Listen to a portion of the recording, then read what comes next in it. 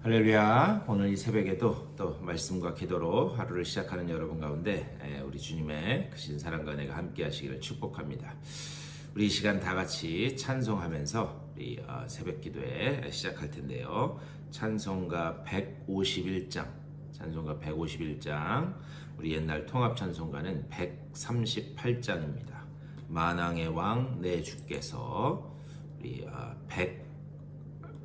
151장 그리고 통합 찬송가 131장 우리 찬송하면서 새벽 기도에 시작하겠습니다.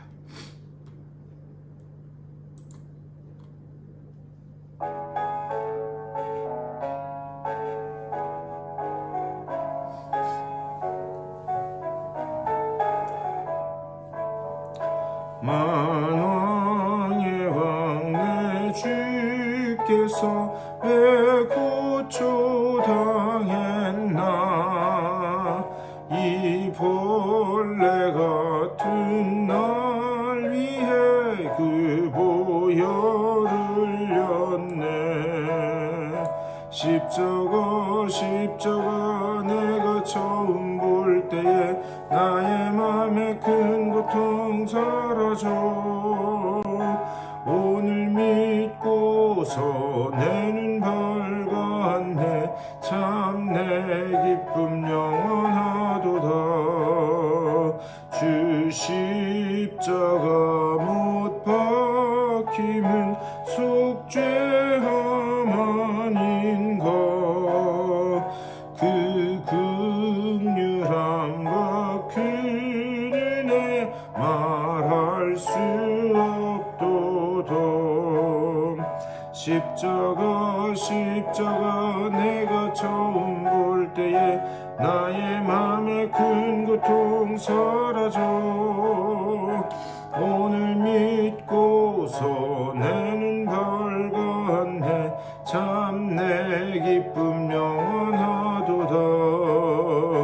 늘 울어도 그 큰 은혜 다 갚을 수 없네. 나 주님께 몸 바쳐서 주의 일 힘쓰리. 십자가 내가 처음 볼 때에 나의 맘에 큰 고통 사라져.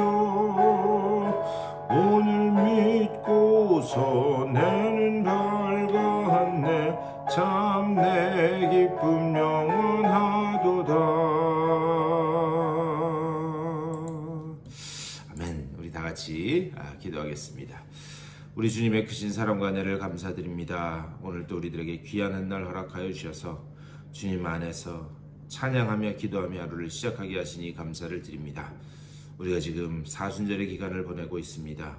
만왕의 왕 내 주께서 왜 고난당하셨는지, 나의 죄를 대속하기 위하여 나를 대신하여 죽으신 그 주님의 대속의 죽음을 늘 기억하며 우리가 주님 앞에 겸손한 마음으로 무릎 꿇게 하여 주시고 십자가 앞에 엎드려 주님께서 흘리신 그 보혈의 피로 온전히 씻김받는 주의 자녀들로 다설 수 있도록 인도하여 주시옵소서. 오늘 이 아침에도 주님의 말씀을 나눌 때에 말씀 가운데서 주님의 뜻이 깨달아지게 하여 주시고 또 말씀 붙들고 주님 맡기신 사명을 기쁘게 감당하는 오늘 복된 한 날 될 수 있도록 주여 인도하여 주시옵소서. 감사하고 우리 주 예수 그리스도의 이름으로 간절히 기도드리옵나이다. 아멘. 우리 하나님 말씀 보시겠습니다. 신약성경 우리 야고보서 말씀입니다. 신약성경 야고보서. 우리 야고보서는 어디에 있냐면 신약성경 우리 369쪽. 신약성경 369쪽 아니면 370쪽 370쪽 정도 피시면 신약성경 야고보서가 나옵니다. 우리 히브리서 다음에가 야고보서입니다. 히브리서, 야고보서, 그다음에 이제 베드로 전후서 이렇게 가는데요. 369쪽 신약성경 야고보서 1장 우리 1절 말씀. 오늘은 한 절만 받들어 읽겠습니다. 야고보서 1장 1절 말씀 우리 성경책 다 펴셨을 줄로 믿고요. 우리 다 같이 한 목소리로 1절만 받들어 읽겠습니다. 시작. 하나님과 주 예수 그리스도의 종 야고보는 흩어져 있는 12지파에게 문안하노라. 아멘. 오늘 이제 야고보서 우리 1장 1절 말씀만 읽었는데요. 우리 오늘부터 야고보서 말씀을 묵상하도록 하겠습니다. 우리 이 앞에 있는 히브리서 말씀은 우리 작년 말 그때 이제 우리 묵상을 했고요. 오늘부터 야고보서 말씀 나누고 그다음에 다음 주까지 나눈 후에 그 다음 주가 이제 우리 고난 주간인데요. 우리 고난 주간에는 또 고난 주간에 맞는 그런 주제를 가지고 우리 말씀을 나누도록 하겠습니다.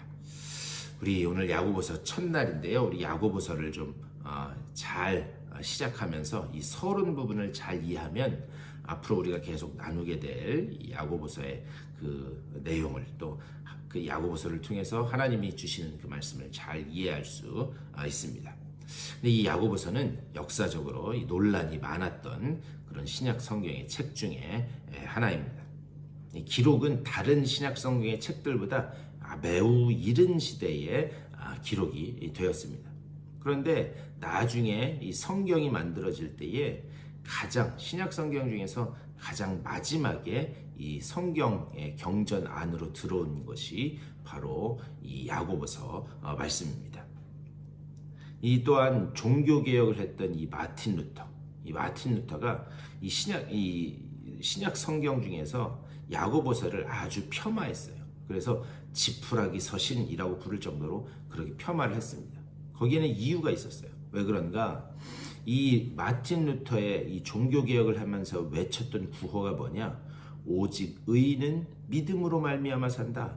믿음으로서만 구원받는다라고 하는 것을 강조해 왔습니다. 그런데 여러분 잘 아시겠지만 이 야고보서는 실천을 그런 강조하는 책으로 잘 알려져 있습니다. 그래서 믿음으로 구원을 받는다 이것을 강조했던 루터는 실천을 강조하는 이 야고보서 말씀을 폄하할 수밖에 없었다.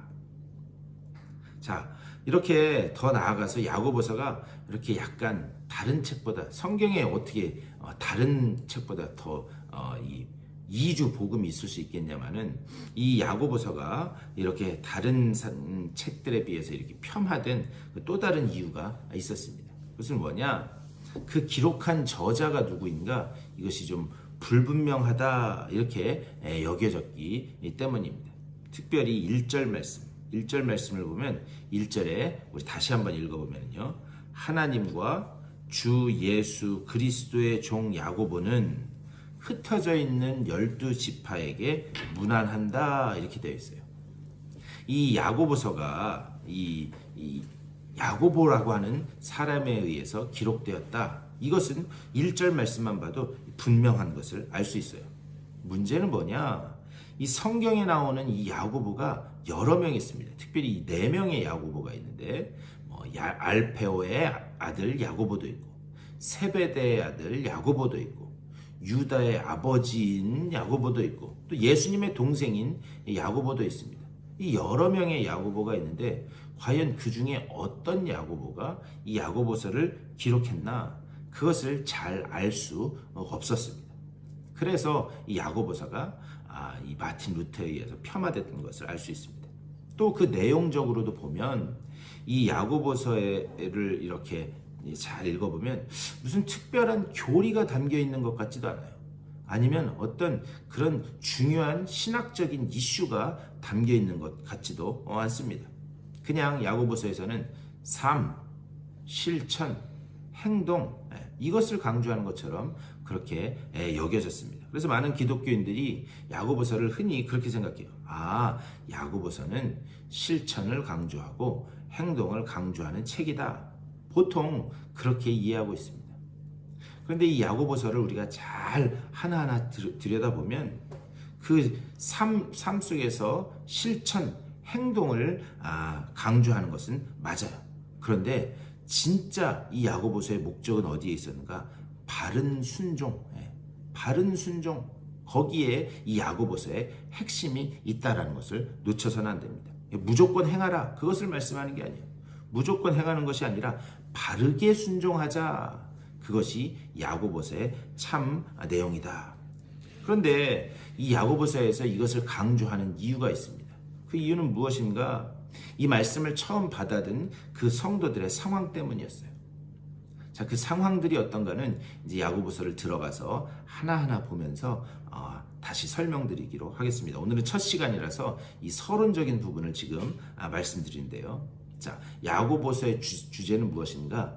주의 말씀을 행하라입니다. 주의 말씀을 행하라. 그냥 행하라. 그것을 강조하는 게 아니에요. 주의 말씀을 행하라. 그렇다면 과연 우리가 이 야고보서 말씀을 이렇게 지금까지 말씀을 계속해서 읽고 배우고 해왔는데 왜 주님의 말씀을 행하는데 소홀하게 되었을까? 오늘 이 야고보서 말씀을 통해서 이제 앞으로 다음 주까지 야고보서 말씀을 보면서 그것을 한번 우리가 깊게 묵상해 보도록 하겠습니다. 자, 오늘은 첫 시간이라 이제 제가 서론적인 부분을 말씀드린다고 그렇게 말씀드렸는데요. 자, 앞에서도 말씀드렸지만 신약 성경에는 4명의 대표적인 야고보가 등장합니다. 그렇다면 이들 중에서 이 야고보서의 저자가 누구인가? 저자가 누구인지를 아는 것은 그 말씀을 바르게 이해하는데 아주 중요한 열쇠가 됩니다. 자, 그렇다면 이 야고보서의 저자는 누구인가? 예수님의 동생 야고보이다. 그것은 수많은 지금까지의 그 성경 신학자들의 노력에 의해서 특별히 그 죽은 사람들의 연대와 그런 필체와 문체 이런 것들을 통해서 이 예수님의 동생 야고보가 이 야고보서를 기록했다라는 것은 더 이상 이견이 없이 확실하게 연구된 그런 결과예요. 그런데 오늘은 이제 새벽에 나누는 말씀이기 때문에 그 과정을 자세히 다 설명드리기는 쉽지 않고 어쨌든 예수님의 동생 야고보가 이 야고보서를 기록했다. 그렇다면 이 야고보서를 기록한 예수님의 동생 야고보, 그는 어떤 사람이었는가?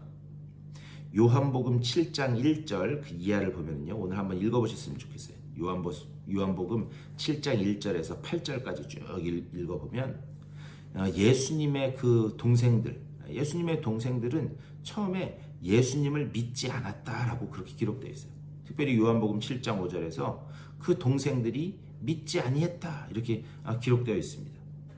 그런데 이 요한복음 이 7장 말씀을 이렇게 잘 보면 그것을 이렇게 두 가지로 나눠서 봐야 되는데요. 예수님의 어떤 면을 믿지 않았다라는 그런 의미입니다. 뭐냐? 예수님이 어려서부터 보니까 우리 형제이긴 하지만 무언가 남들과는 다른 비상한 무언가가 있다라는 것은 알고 있었어요.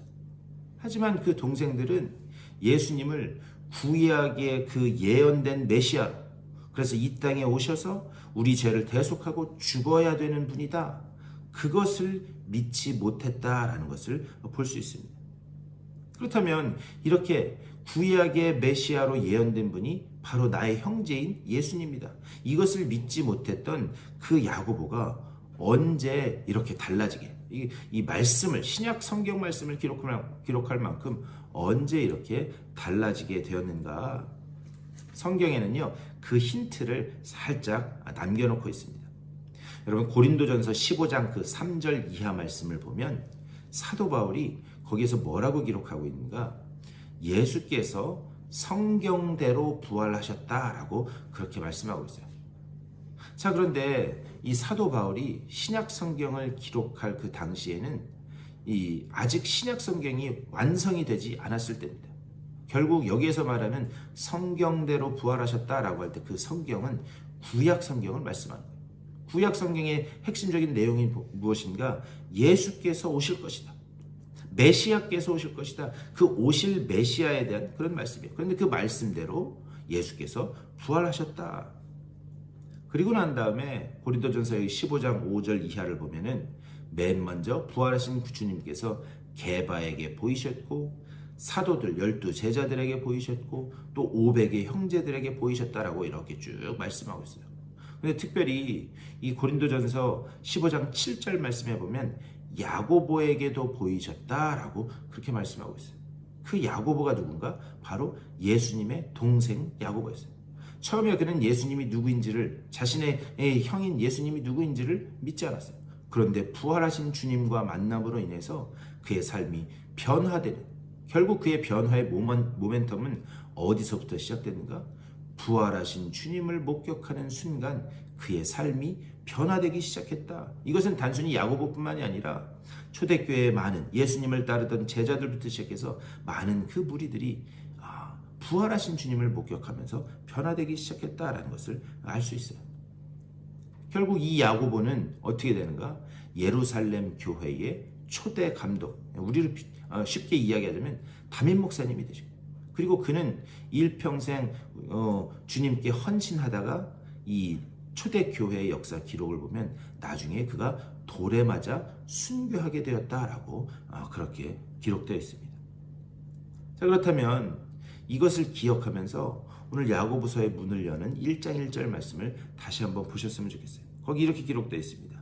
하나님과 주 예수 그리스도의 종 야고보는 흩어져 있는 12지파에게 문안하노라. 오늘 우리가 이 한 절밖에 읽지 않았지만 이 한 절 속에 이제 앞으로 야고보서에서 말씀하게 될 수많은 아주 깊은 내용들이 담겨 있어요. 그래서 이 한 절을 이렇게 끊어서 봐야 됩니다. 우선 하나님과 주 예수 그리스도의 종 야고보는 이렇게 말씀해요. 네요, 만약에 제가 예수님의 그 동생이었다면, 그렇다면 저는 이 야고보서를 기록하면서 이렇게 썼을 것 같아요. 하나님과 주 예수 그리스도의 동생인 야고보는, 그러니까 자신이 예수님의 동생이라는 걸 강조했을 것 같아요. 왜 그런가? 여러분 한번 생각해 보십시오. 가족 중에 높은 자리 하나 차지하고 있는 사람만 있어도 어깨가 으쓱한 게 그게 인간의 인지상정인데, 근데 여기는 일절 그런 혈연적인 관계를 기록하고 있지 않습니다. 하나님과 주 예수 그리스도의 종 야고보는, 그런데 이것을 풀어서 쉽게 말씀드리자면 이런 거예요. 구약의 하나님의 말씀에 오시리라 예언되었던 그 그리스도께서 바로 이분이다. 바로 이분인데, 그런데 나는 그분 앞에서 친동생으로서가 아니라 나는 그분 앞에 종에 불과하다. 풀어서 이야기하자면 그런 이야기예요. 즉 야고보의 그 바른 신앙관 속에서 그가 그 주님 앞에서는 그런 겸손함이 나왔다라고 하는 거예요. 결국 여러분, 겸손이라고 하는 것은 무엇인가? 어떤 인간의 인격적인 측면에서 나오는 것이 겸손이 아닙니다. 그것을 뛰어넘어서 바른 신앙관 아래에서 겸손함이 나오는 거예요. 내가 하나님의 말씀에 비추어 봤더니 하나님 앞에 죽어마땅한 존재였다. 여러분, 그것이 깨달아지면 어떻게 인간이 겸손해지지 않을 수 있겠는가? 결국 내가 누구인지를 깨닫고 하나님의 말씀에 비추어서, 그래서 바른 신앙을 갖게 되면 겸손할 수밖에 없다. 지금 이 야고보 사도는 지금 그것을 이야기해요. 예수님의 동생인 야고보는 내가 하나님의 말씀에 비춰봤더니 내가 나의 형제이긴 하지만 그 주님 앞에 나는 종으로 설 수밖에 없다. 다음으로 1절 하반절에서 이렇게 말씀해요. 흩어져 있는 12지파에게 문안한다. 왜 당시 그리스도인들이 흩어져 있었는가? 여러분, 사도행전 11장 말씀에 보면 거기 그렇게 기록되어 있어요. 그때 스데반의 순교로 인하여 아주 큰 박해가 일어났고, 그리고 그것 때문에 다 흩어지게 되었다. 그것을 사도행전 11장 말씀을 보면 알 수 있습니다. 그렇다면 이 박해를 피해서 흩어져 있던 그 성도들의 삶이 어떠했겠는가? 우리는 짐작해 볼 수 있습니다. 그들은 매우 가난하고 아주 고통스럽게 비참한 삶을 살 수밖에 없었습니다. 그리고 결국 이것이 이렇게 길어지면서 그들 중에는 세속화되는 그리스도인들도 나타나기 시작했어요. 내가 이렇게 사는 것이 맞는 것인가? 그래서 그것을 좀 피해보려고 발 하나는 세상에 걸쳐놓는 그런 성도들도 일어나기 시작했습니다. 그래서 야고보서 말씀을 보면, 그러면 가난한 자들에게 어떻게 해야 될 것인가? 그것을 아주 실천적인 면에서 강조가 있는 것을 볼 수 있어요. 그런데 이렇게 흩어져 있던 12지파라고 말씀해요. 12지파. 당시에는 12지파라는 표현을 사용하지 않을 때입니다. 그럼에도 불구하고 이 야고보서에서는 왜 흩어져 있는 그 성도들을 12지파 이렇게 부르고 있는가? 그것은 이런 이야기입니다. 지금은 비록 그 박해를 피해서 여러분들이 흩어져 있지만 마지막에 새롭게 완성될 하나님 나라의 공동체에 여러분은 속해 있습니다. 여러분은 지금 이 삶의 여러 가지 상황 때문에 흩어져 있을지라도 마지막에 새롭게 완성될 하나님 나라의 백성입니다. 이것을 지금 강조하고 있는 거예요. 그래서 이것을 의도적으로 12지파라는 표현을 이야기하고 있는 거예요. 오늘 이 야고보서의 첫 시간이기 때문에 좀 여러 가지 그 서론적인 말씀을 드렸는데, 오늘 우리가 이 말씀을 기억하면서 우리가 반드시 깨달아야 될 그 진리는 무엇인가? 내가 먼저 하나님 앞에 어떤 존재였는가? 이것을 분명히 깨달아야 돼. 내가 죽을 수밖에 없는 그런 죄인이었다라고 하는 사실, 그것이 깨달아지면 겸손함으로 십자가 앞에 엎드릴 수밖에 없게 되는 줄 믿습니다. 오늘 그것을 기억하면서 비록 지금 나의 삶이 여러 가지 삶의 여건과 환경 때문에 흩어져 있는 것 같은 그런 상황일지라도 나는 하나님의 새로운 그 공동체, 하나님 나라의 새로운 공동체에 속한 백성인 줄 믿습니다. 하나님의 언약에 속한 백성인 줄 믿습니다. 이 믿음 붙들고 어떠한 삶의 고난이 일어나든지 그 말씀 가운데서, 언약 가운데서 그것을 능히 이겨나가시는 여러분의 삶 다 되시기를 주님의 이름으로 간절히 축원합니다. 오늘 말씀을 생각하면서 하나님, 내가 십자가 앞에 겸손함으로 엎드리는 내가 되게 하여 주시옵소서. 또한 하나님 나라의 그 언약 공동체, 새로운 하나님 나라의 백성이 된 것을 감사하면서 그 은혜를 기억하면서 나아가는 내가 되게 하여 주시옵소서. 기도하시고 또 교회를 위해서, 몸과 마음이 아픈 분들을 위해서, 또 출타 중인 분들도 많이 계신데 출타 중인 분들을 위해서 여러분들의 개인적인 기도의 제목을 놓고 기도하신 후에 삶의 자리로 돌아가시도록 하겠습니다. 우리 다 같이 한 목소리로 기도하며 나아가겠습니다. 우리 주님의 크신 사랑과 은혜를 감사드립니다. 아버지, 오늘 아침에도 말씀으로 하루를 시작하게 하시니 감사를 드립니다. 주여, 그 은혜를 감사하옵기는 주님, 우리가 십자가 앞에 어떤 존재에 있는 것을 아버지 먼저 깨닫는 우리들의 삶이 될 수 있도록 인도하여 주시옵소서. 죽을 수밖에 없는 죄인이었고 주님을 배반한 푸순용 덩어리였고 아버지, 정말 주의 나와 정말 주님 앞에 고개 들고 설 수 없는 그런 온전한 죄덩어리였음을 주님 앞에 고백합니다. 아버지여, 그런 내가 주님의 그 십자가 은혜로 아버지 정말 주님 앞에 설 수 있는 주님의 백성이 되었음을 아버지여 감사하고 믿으며 아버지 정말 주님 앞에 온전히 감사함으로 나아가는 내가 될 수 있도록 인도하여 주시옵소서.